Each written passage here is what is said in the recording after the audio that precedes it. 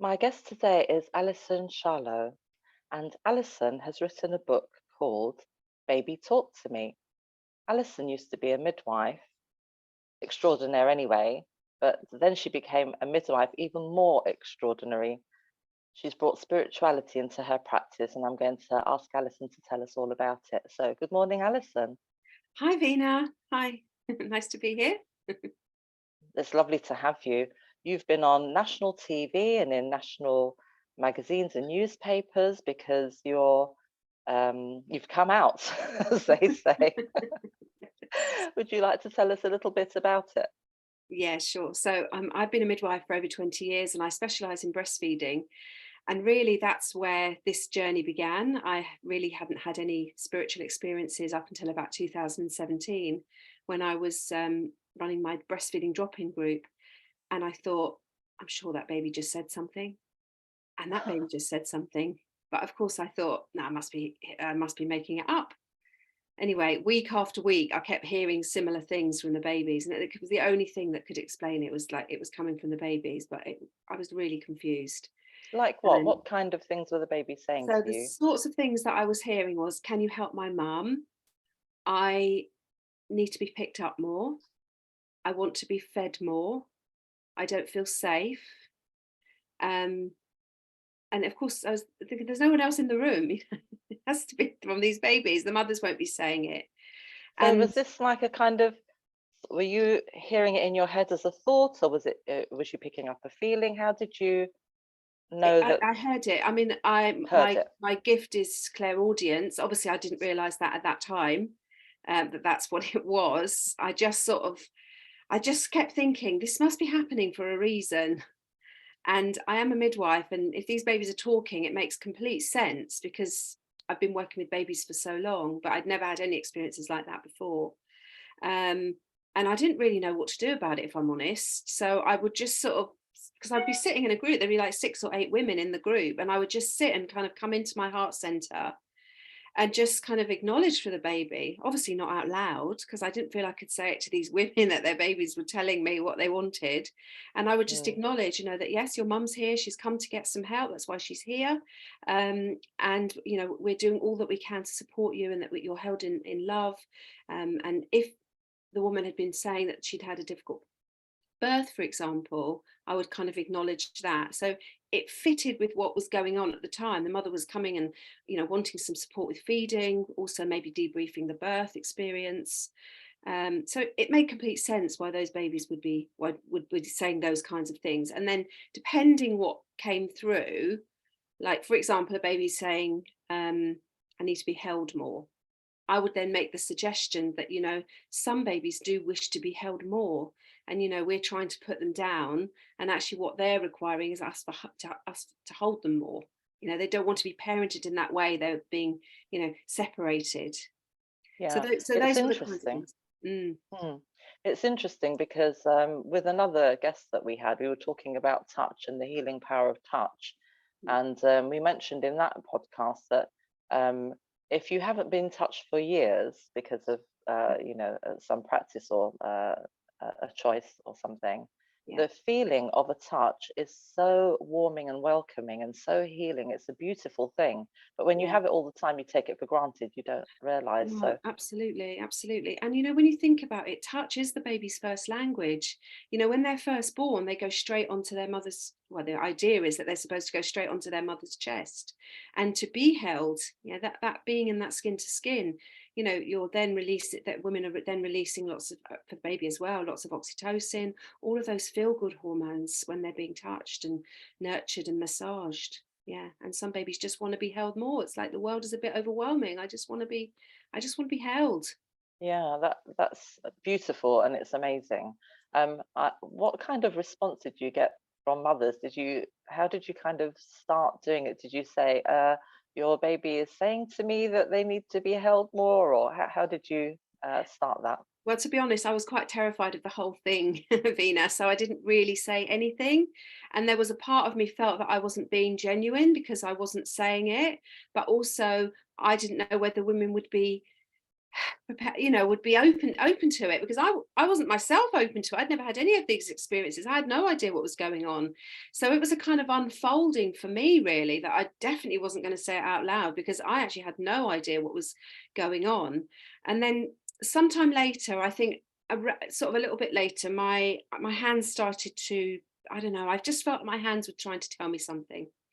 And then I was guided, I don't know, universe opens up somehow. I went and I did Reiki. And it seemed that after I'd done Reiki, the whole thing kind of opened up. And then I realized that I had this ability to connect with the other realms, if you like. And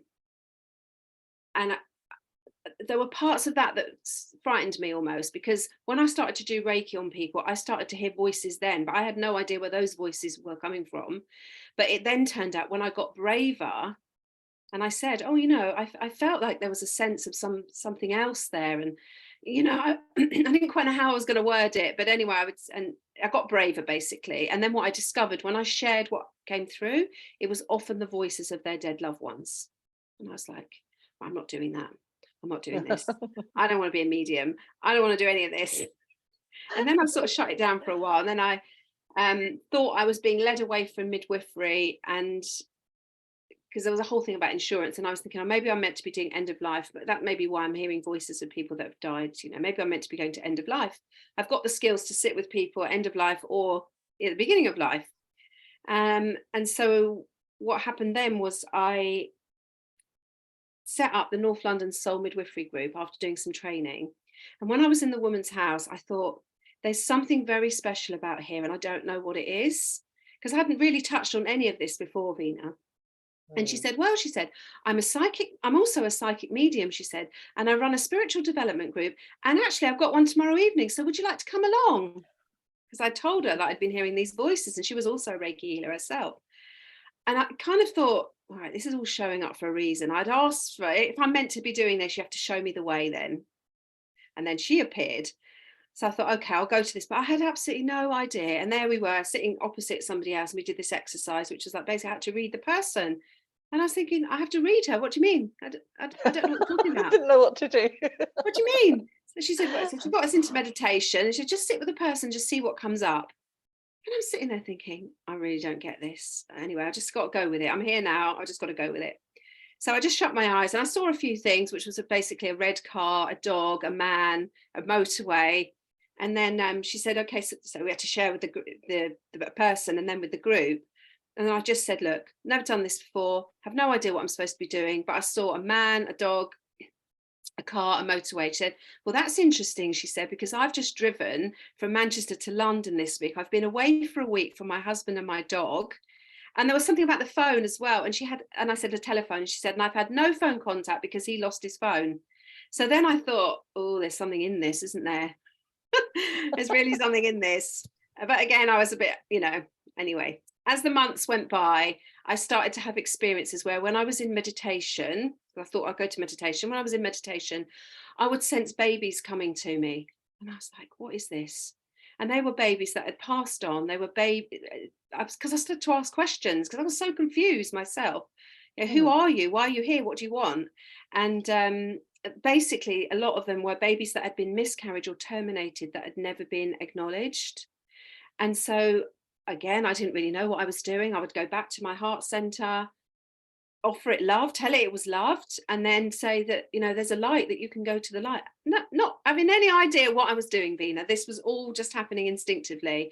And then they were going and not coming back. And then now once a month, I just light a candle for all the babies that have been terminated or miscarried that have not been acknowledged. And yeah, so I've continued that every month for about the last 4 years. So again, the whole thing is just like, anyway, so that was the kind of backstory. And then I was at birth. I was still going to birth as an independent midwife as well. And then I would start hearing. Now I was quite connected with the clients because I was seeing them the whole way through pregnancy.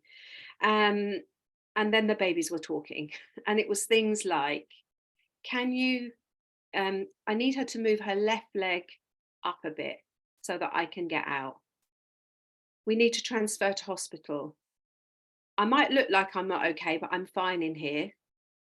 there were lots of things like that, just like, and they're things I would know as a midwife to get her to move, but it was the voices that were coming through. It was like, and I didn't even feel I was doing a kind of connection with the baby. It was like I was just hearing it. And so I would just suggest whatever the babies were suggesting, and often the woman would say, yeah, that's what I feel I need to do. I need to go in.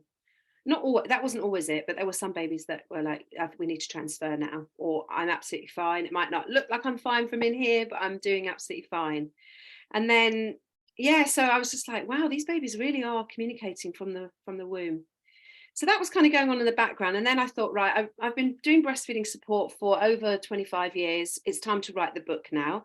And the book is really going to be about the emotions of breastfeeding, because so many women feel completely, not sure what they're doing. There are so many emotions. And it was looking more of a, if you like, more of a metaphysical reason for why there was pain, why things were challenging and difficult. So I started to write at the end of, the beginning of 2020. And I thought it was a book about breastfeeding. So I'd get into a meditative state just to, settle myself, just kind of calm my mind, move into my heart, and I would just start writing. Now, Veena, it was weird because there were pages and pages and pages with not single mistakes. I thought, this is weird, isn't it? There's not much thought going into this. I believe that's called channeling, Alison. I believe it is, Veena. Now I know. But of course, I didn't realize that at the time. So I would read back the 8 or 9 pages that had just kind of flowed out of me. And I'd read it back and thought, well, this isn't about breastfeeding, is it? So I thought, okay, what's this about then? So then I just allowed it to unfold.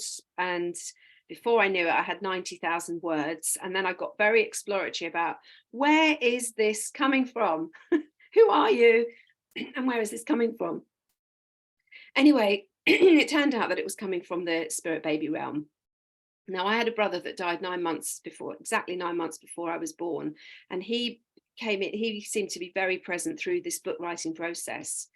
And anyway, as I said, I had 90,000 words, and then this is what I produced.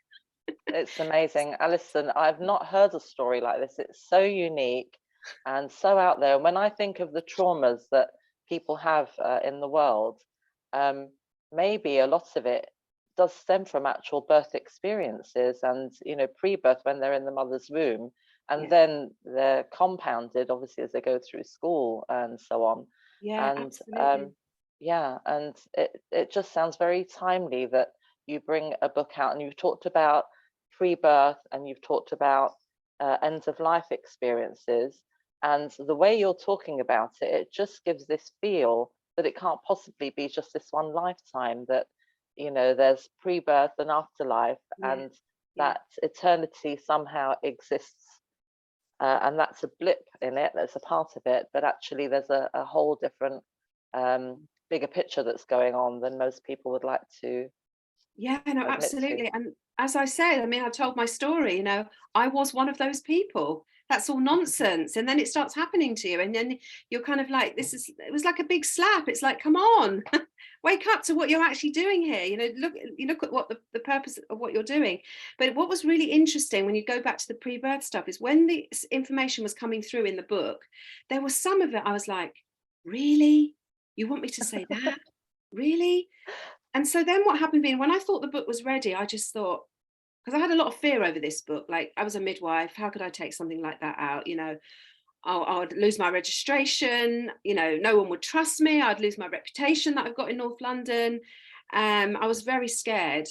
And then I actually thought, it kind of just came to me that actually it needed to be referenced as well. So there are actually 400 references in this book. And it was that kind of bringing science and spirit together, if you like. It's like we need the evidence. And also, as a midwife, we have to be looking at randomized controlled trials. I mean, they're not all randomized controlled trials, but I did a lot of evidence, looking for research and evidence about some of the things that babies had said. And then I was like, oh, there's actually evidence for this stuff.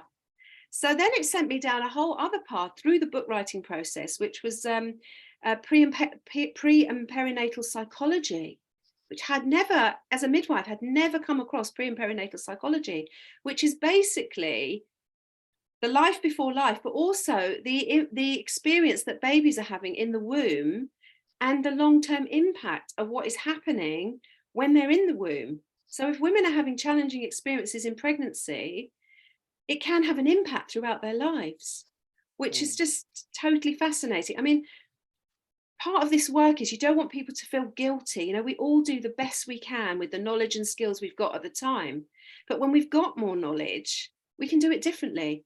And the world is crying out for something different. You know, it's not working. You know, women are, many women, more women than we've ever seen, are traumatized from birth, coming out feeling so disempowered from their experiences. They set out, you know, in the majority of cases to have natural births, some at home, some in water in the hospital, and it's just not happening. And it's because birth has become so medicalized. Yes, I remember my very first experience. I couldn't believe it when they strapped my feet up, because nobody said that they would do that. When they strapped my legs up, and Yeah, I'm lying there feeling really quite self-confident about it, and feeling really kind of imprisoned with these straps and not able to do things and not knowing yeah, so many things that just weren't told. And it didn't seem to be um, a really celebratory kind. Of course, it's, you know, we're in terrible pain, but it didn't seem to be like a nice experience at all. It just seemed to be so um, almost mechanized. You know, put your feet here, lie there, do this. When you yeah, feel this, you will do this. yeah. And it wasn't pleasant at all, my very No, first and the experience. Not experience is until the so, baby actually came through. Then yeah, that was, exactly. And yeah. it's so disempowering, you know, it's so disempowering to women to do things to them. They've got their own power. So I think part of this book is about bringing the power back to the woman. It's like, you can say no. It's your body. But so I think it is partly, you know, it's been that we've been in the patriarchy, you know, women have been suppressed for so long. Now it's starting to rise up. You know, women are starting to recognize that, you know, haven't we been pushed down, and you know, not having our rights. You know, when you think that in the 1970s, a woman couldn't even open a bank account if her husband didn't agree to it, you know, Oh that's not that wow. long ago. You know, that's not long ago. You know, so Mm. there has been this suppression of the feminine. It feels like there is this shift, you know, and maybe it has to get this bad for people to go, hang on a minute, what's going on here? Yeah, and it's definitely got worse. I mean, you know, when I first started as a midwife, it was the majority of women had normal, straightforward births, but that's not the case now. You know, we've got you know, a rising cesarean section rate now. There is always going to be women who need to have a cesarean, but not the numbers that we're seeing. We're seeing many more than we ever used to.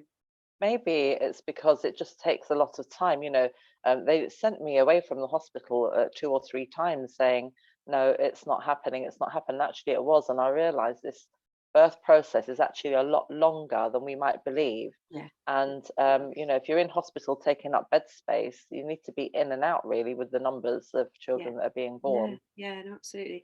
But I think what we've probably lost, now I know it, I didn't know it all those years I was working as a midwife, is, you know, birth is miraculous. We have forgotten the wonder of birth, and to be at a birth, where a woman is totally empowered, where she's in her power, which is partly why I did independent midwifery, because I was able to see the woman the whole way through. You know, working within the NHS, I was not able to provide that. We'd see women at birth, but not the whole way through. And obviously you're then seeing a whole journey. I felt completely privileged, and you know the family really well, but you know, when you're with women when they birth and they're empowered, it's incredible. And that's what we want, is all women to come out of birth going, oh my god, I'm amazing, look what I just did, I birthed a human. You know, it's Yeah, incredible. I must admit, for me personally, but then I think that was because of my own spiritual experience. All through my pregnancy, I felt like I was the only woman in the world having a child, my first pregnancy. So I was ecstatic all the way through. I was in prayer Yeah, all the way through.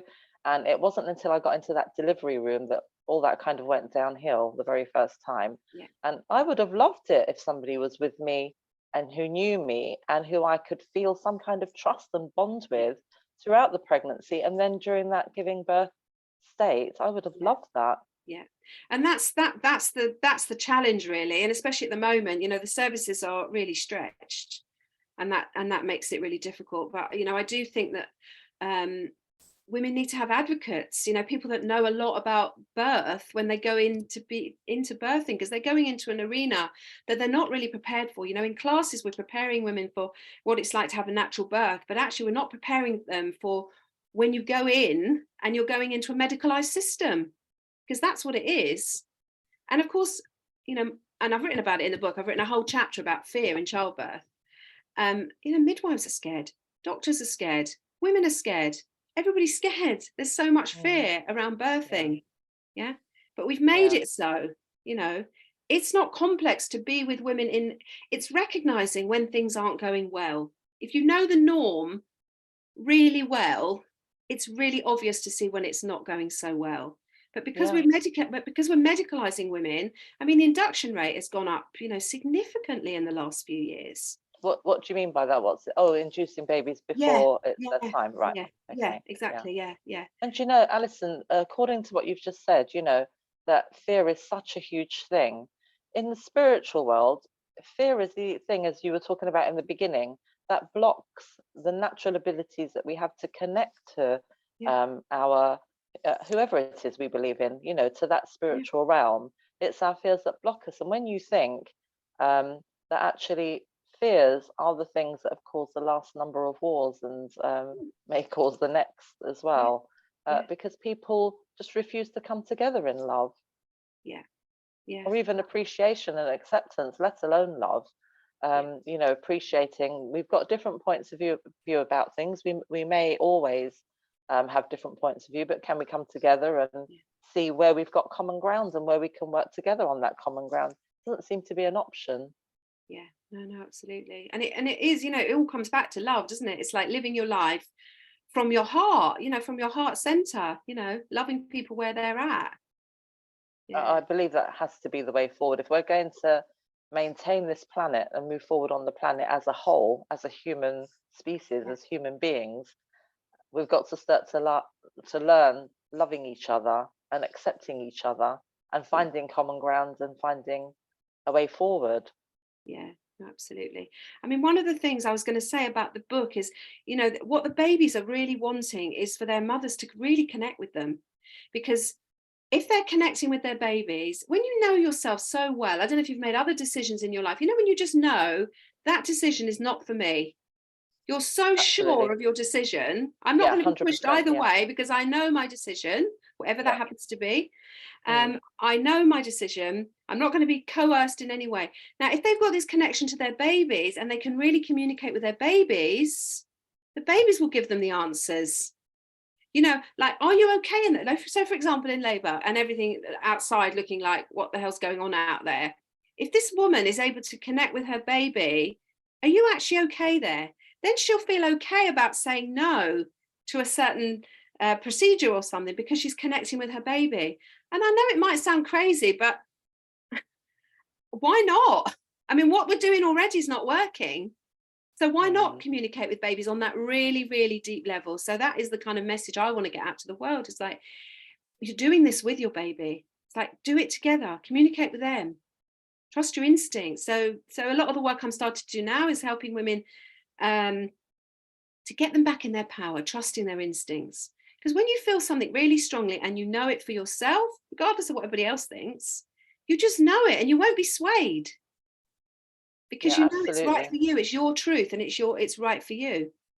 Yeah, and I think, as you said earlier, it's probably, again, fears. We're just so used to living with fear all the time in every aspect of life, and I think probably the number one fear that everyone has is, is there going to be another epidemic? We can all go back into that fear again.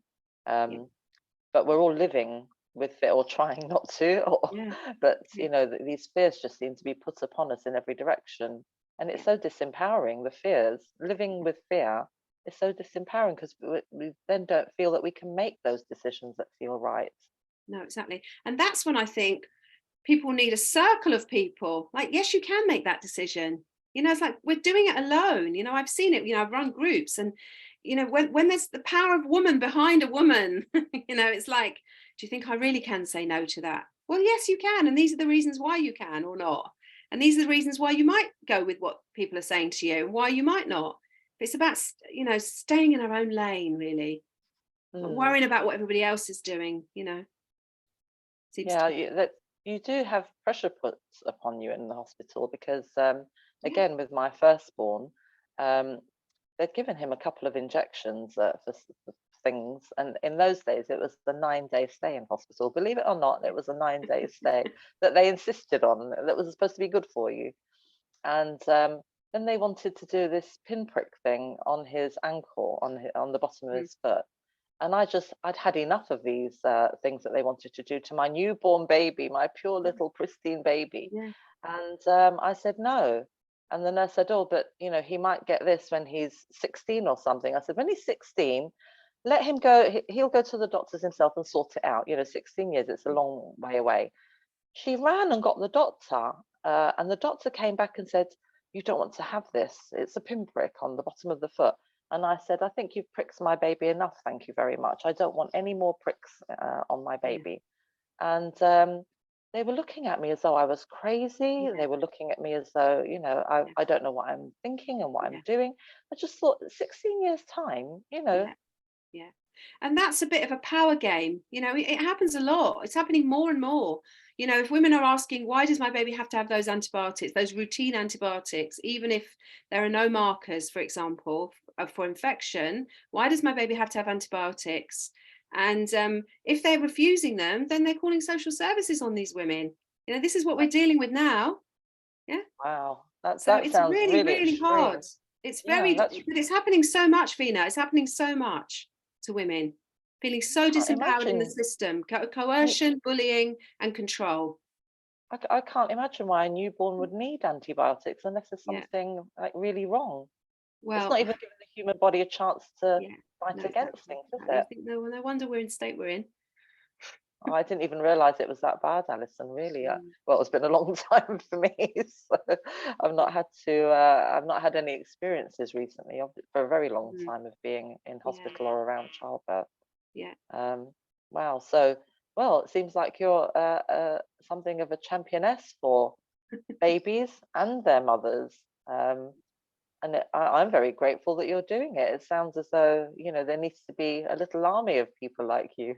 Yeah, yeah. Well, it'll be. I know I'm at the forefront of something, and it's always hard when you're the one in the front, and there will be challenges that come with that. But it feels like it's important now more than ever because Yeah, it just sounds like it must be time now. Actually, we had a lady on, one of our psychic mediums, who said, she said this year, I wonder if she was tuning into you. She said the babies that will be born this year, they'll be massively awakened. There's going to be this mass awaken this year in 2023 yeah, of babies who have these gifts and abilities. And, yeah, if they're communicating with mum from the womb, then perhaps they'll be able to keep that communication going, not just for mum, but their family members and school absolutely. And I hear friends. of lots And of grandmothers who are connecting with their babies.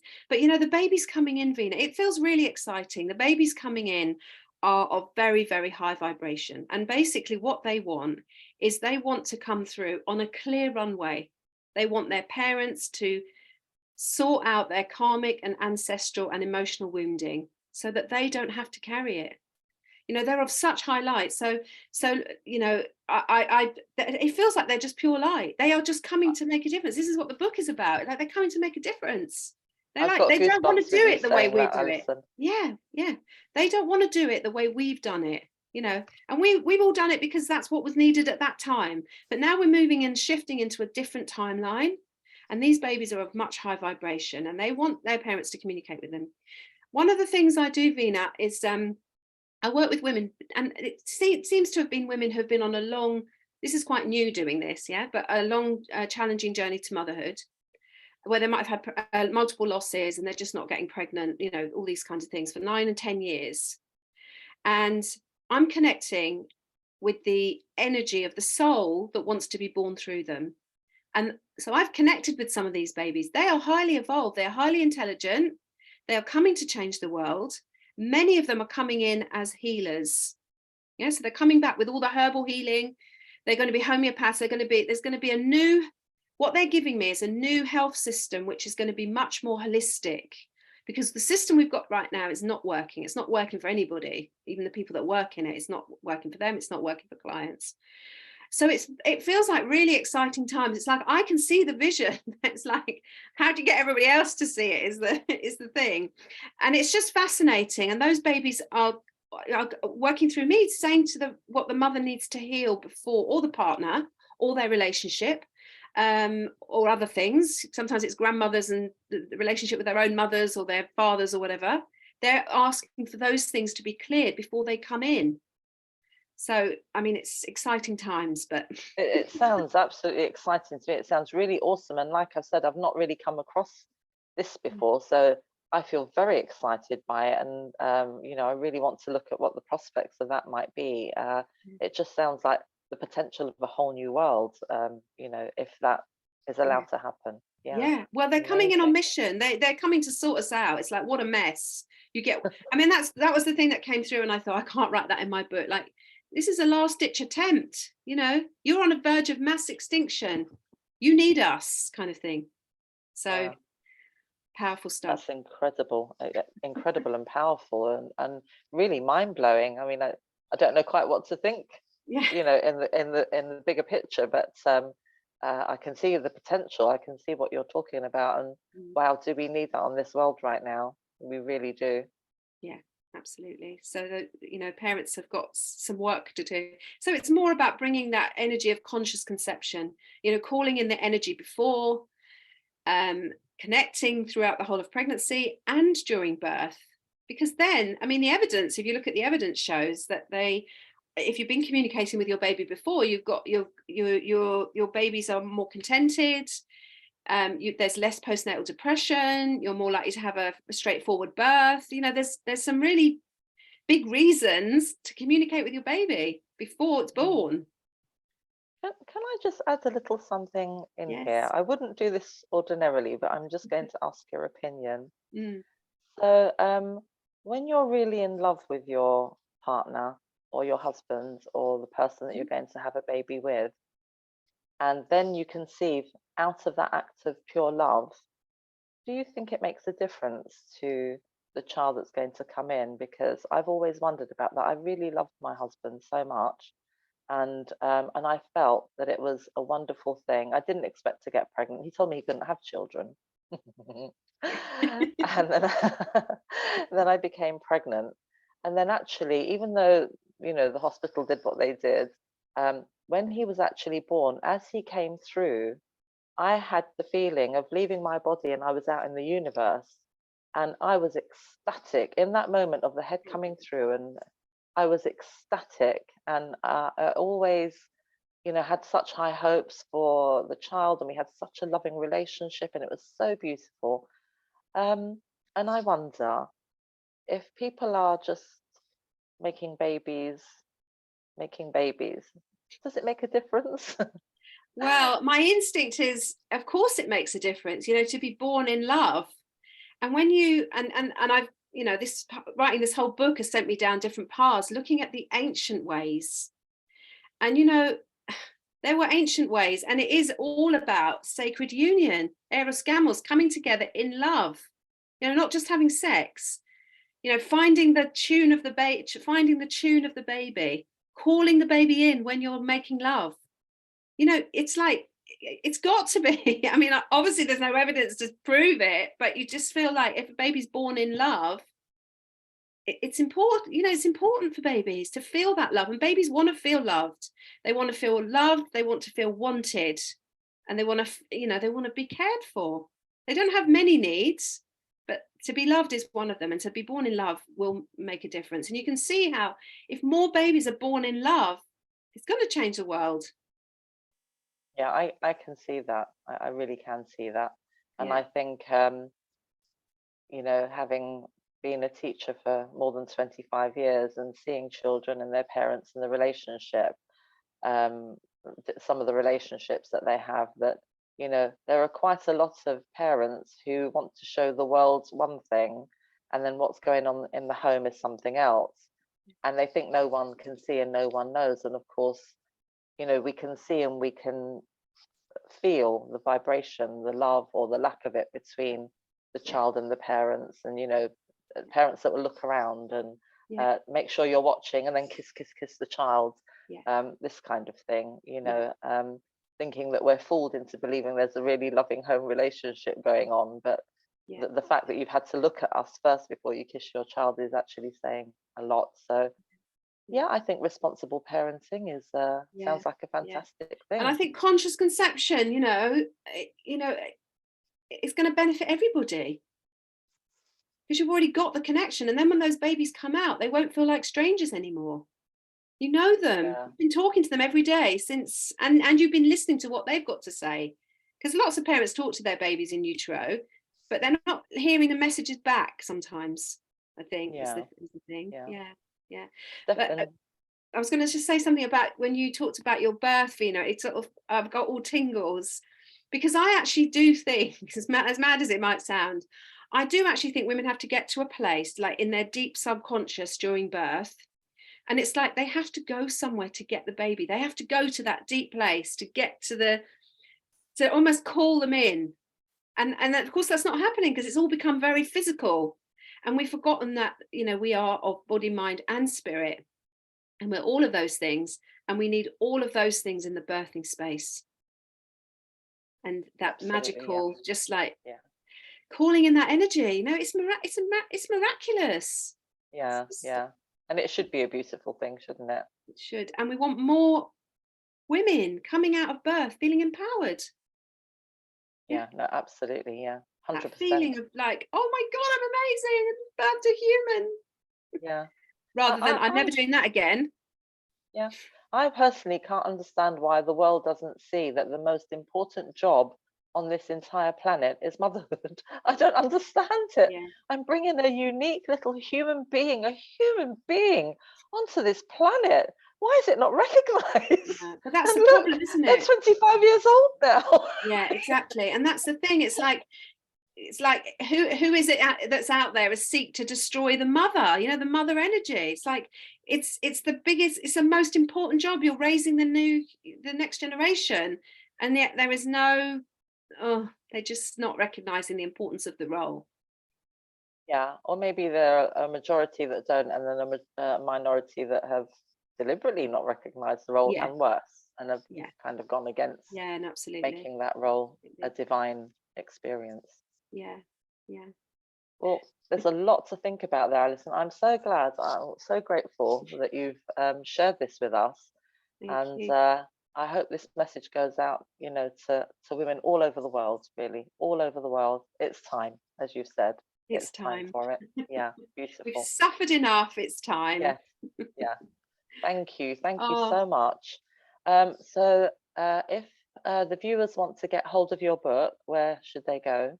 So it is available on online bookstores, Amazon, Blackwell's, all those other places, or you can get it from my website, Alison Shaloe, SHALOE.com. Yeah, that's it. Okay. And are there any other if people wanted to contact you, are there any contact details, email or anything like that? So obviously you can contact me from my website if you like. I'm also on Instagram as Spirit Baby Communication, and also Alison Shaloe _ Okay. But moving, some things are more spiritual, some things not so. Well, no one's completely spiritual, are they? We're all human beings. Exactly. Yeah, lovely. Thank you so much. I really appreciate the time that you've taken. I really, really hope that your message just reaches every woman in the world. Oh, thank you, Veena. Okay. All right. Thank you. Bye for now.